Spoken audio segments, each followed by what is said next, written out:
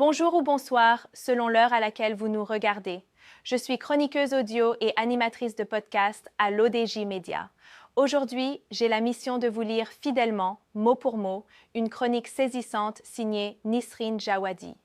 Elle nous alerte sur une menace invisible mais bien réelle. Le Maroc est désormais l'une des cibles majeures de cyberattaques dans le monde. Une plongée inquiétante dans les coulisses de la guerre numérique. Le chiffre surprend autant qu'il inquiète. En une seule semaine, le Maroc a été la cible de 27 cyberattaques. Un triste record qui place le royaume parmi les pays les plus visés au monde. Que se passe-t-il dans nos serveurs? Entre le 4 et le 10 juin 2025, le Maroc est devenu le troisième pays au monde le plus ciblé par des attaques informatiques, selon la plateforme spécialisée Hacmanac. Seuls l'Italie et les États-Unis enregistrent davantage d'incidents durant cette période. Le classement, basé sur 218 attaques recensées dans 34 pays, propulse le royaume au cœur d'un phénomène global où les frontières numériques sont plus poreuses que jamais. Ce chiffre, qui peut paraître abstrait, renvoie à des incidents bien concrets, tentatives d'intrusion, accès à des bases de données sensibles ou encore paralysie de services numériques. Parmi les cibles préférées des hackers cette semaine-là, les secteurs gouvernementaux, militaires et de sécurité ont concentré plus d'un tiers des attaques à l'échelle mondiale.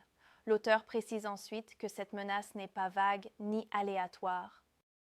La menace n'est pas diffuse, elle porte des noms.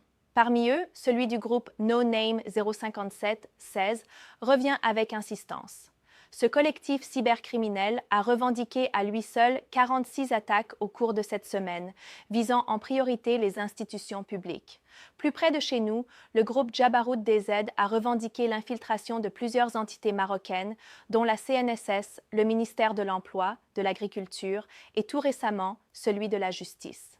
Ce dernier a toutefois formellement démenti toute fuite de données, assurant que ces plateformes numériques sont restées sécurisées. Mais ces attaques, qu'elles soient avérées ou non, posent une question centrale. Nos infrastructures numériques sont-elles prêtes à faire face à des attaques sophistiquées et récurrentes?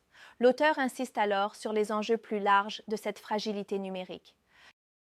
Au-delà des institutions, ce sont l'ensemble des services en ligne, des bases de données citoyennes et même des applications quotidiennes qui pourraient être menacées. Dans un pays où l'administration s'est largement digitalisée ces dernières années, toute faille peut avoir des répercussions directes sur les citoyens. Des étudiants ont vu leurs démarches administratives bloquées, des services publics en ligne sont restés inaccessibles pendant plusieurs heures. Le quotidien est de plus en plus dépendant du bon fonctionnement du numérique. Ces attaques, évaluées par Hacmanac à l'aide de l'indice ESIX, dont une partie est classée critique, rappellent que la cybersécurité n'est plus un luxe, mais une nécessité. Le volume estimé des données compromises frôle les 17 téraoctets, une quantité vertigineuse. L'auteur souligne que ce classement dans le top 3 mondial des cyberattaques est un signal fort. Il montre que le Maroc n'est plus un simple observateur dans le monde numérique. Il en est désormais un acteur exposé. Il devient donc urgent de renforcer la protection des systèmes, de sensibiliser à la cybersécurité et d'investir dans des réponses solides et coordonnées. Car à l'heure où le digital s'invite dans tous les pans de notre vie, du e-gov aux startups locales, protéger nos données, c'est aussi protéger notre souveraineté.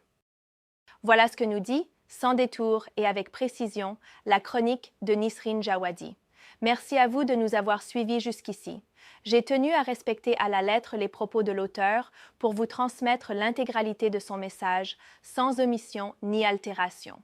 On se retrouve très vite pour une nouvelle chronique fidèle, engagée et toujours connectée à l'actualité.